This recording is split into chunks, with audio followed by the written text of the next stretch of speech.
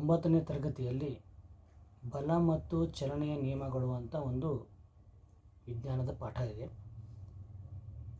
ಈ ಪಾಠದಲ್ಲಿ ನಾವು ಬಲ ಅಂದರೆ ಏನು, ಆ ಬಲದ ಸಹಾಯದಿಂದ ಚಲನೆಯ ನಿಯಮಗಳನ್ನು ಅಭ್ಯಾಸ ಮಾಡ್ತೀವಿ. ಸೊ 1ನೇ ಭೌತಶಾಸ್ತ್ರದ ಭಾಗದಲ್ಲಿ 1ನೇ ಪಾಠ ಚಲನೆ ಅಂತಕ್ಕಂಥದ್ದನ್ನು ನಾವು ಕಲ್ತಿದ್ದೀವಿ. ಚಲನೆ ಅಂತಂದ್ರೆ ಒಂದು ಕಾಯ ತನ್ನ ಸ್ಥಾನವನ್ನು ಕಾಲದೊಂದಿಗೆ ಬದಲಾವಣೆ ಮಾಡಿಕೊಳ್ತು ಅಂದ್ರೆ ನಾವು ಚಲನೆ ಅಂತ ಕರಿತೀವಿ. ಈಗ ಬಲ ಅಂತಕ್ಕಂಥದ್ದು ಯಾವ ರೀತಿ ಇರುತ್ತೆ, ಬಲ ಅಂತಂದರೆ ಏನು ಆ್ಯಕ್ಚುಲಿ ಅಂತಕ್ಕಂಥದ್ದನ್ನು ನೋಡೋಣ. ಈಗ ಇಲ್ಲೊಂದು ಕಾಯ ಇದೆ. ಇಲ್ಲಿ ನಾನೊಂದು ಜಂಡು ಬಾಂಬ್ ಬಾಕ್ಸ್ ತೆಗೆದುಕೊಂಡಿದ್ದೇನೆ. ಈ ಕಾಯವ ನಿಶ್ಚಲವಾಗಿದೆ. ಇದು ಕಾಯ ಚಲನ ಸ್ಥಿತಿಯಲ್ಲಿಲ್ಲ, ಇದು ನಿಶ್ಚಲ ಸ್ಥಿತಿಯಲ್ಲಿದೆ.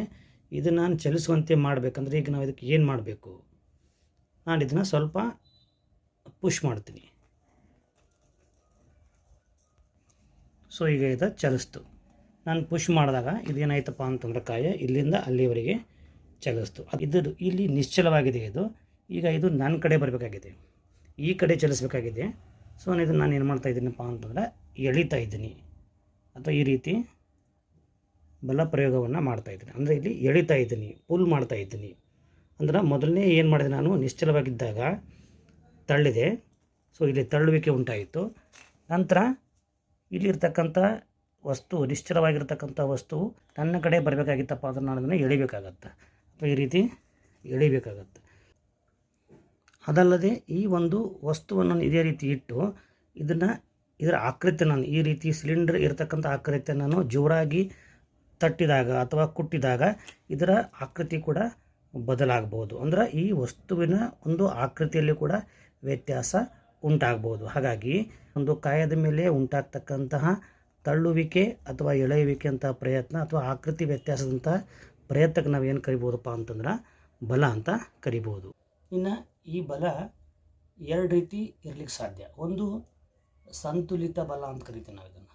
ಸಂತುಲಿತ ಬಲ ಮತ್ತು ಅಸಂತುಲಿತ ಬಲ ಅಂತ ಬಲದ ವಿಧಗಳನ್ನು ನಾವು ಕರಿತೀವಿ.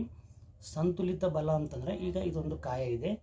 ಈ ಕಾಯದ ಮೇಲೆ ಅನೇಕ ಬಲಗಳು ಪ್ರಯೋಗ ಆಗ್ತಾ ಇರುತ್ತೆ. ಉದಾಹರಣೆಗಾಗಿ ನಾನು ಈ ಕಾಯವನ್ನು ಹೀಗೆ ಬಿಟ್ಟು ನಾನು ಈ ಕೈಯನ್ನು ಬಿಟ್ಟಾಗ ಇದು ಕೆಳಗಡೆ ಹೋಗುತ್ತೆ. ಅಂದರೆ ಇಲ್ಲಿ ಗುರುತ್ವಾಕರ್ಷಣ ಬಲ ಇದರ ಮೇಲೆ ಆ್ಯಕ್ಟ್ ಆಗ್ತಾ ಇದೆ.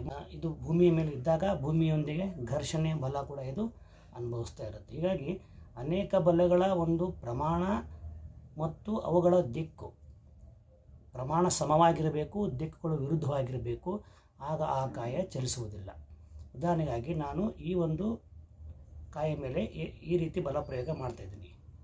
ಈ ಎಡಗಡೆಯಿಂದನೂ ಕೂಡ ಬಲ ಪ್ರಯೋಗ ಮಾಡ್ತಾಯಿದ್ದೀನಿ, ಬಲಗಡೆಯಿಂದನೂ ಕೂಡ ಬಲ ಪ್ರಯೋಗ ಮಾಡ್ತಾಯಿದ್ದೀನಿ. ಎರಡೂ ಬಲಗಳು ಸಮವಾಗಿದೆ ಅಂತ ಭಾವಿಸೋಣ. ಎರಡೂ ಬಲಗಳು ಸಮವಾಗಿದೆ ಅಂತ ಭಾವಿಸಿದಾಗ ಈ ಕಾಯ ಚಲಿಸುವುದಿಲ್ಲ. ಸೊ ಈ ರೀತಿಯ ಬಲಗಳನ್ನು ನಾವು ಸಂತುಲಿತ ಬಲಗಳು ಅಂತ ಕರಿತೀವಿ. ಸಂತುಲಿತ ಬಲಗಳಿದ್ದಾಗ ಸಾಮಾನ್ಯವಾಗಿ ಕಾಯಗಳು ನಿಶ್ಚಲವಾಗಿರ್ತಾವೆ. ಅದೇ ರೀತಿ ಅಸಂತುಲಿತ ಬಲ ಅಂತಂದರೆ ಒಂದು ಕಾಯದ ಮೇಲೆ ಉಂಟಾಗ್ತಕ್ಕಂತಹ ಬಲಗಳಲ್ಲಿ ಯಾವುದಾದ್ರೂ ಕೆಲವು ಬಲಗಳು ಹೆಚ್ಚು ಪ್ರಮಾಣದಲ್ಲಿ ಇರಬೇಕು ಅಥವಾ ಅಸಮವಾಗಿರಬೇಕು. ಉದಾಹರಣೆಗಾಗಿ ನಾನು ಈ ಕಡೆ ತಳ್ತಾ ಇದ್ದೀನಿ, ಈ ಕಡೆ ಕೂಡ ಈ ಕಡೆ ವಿರುದ್ಧಕ್ಕೆ ತಳ್ತಾ ಇದ್ದೀನಿ. ಬಟ್ ಈ ತಳ್ಳುವಿಕೆ ಪ್ರಮಾಣ ಜಾಸ್ತಿ ಇದೆ ಅಂತ ಅನ್ಕೋಣ.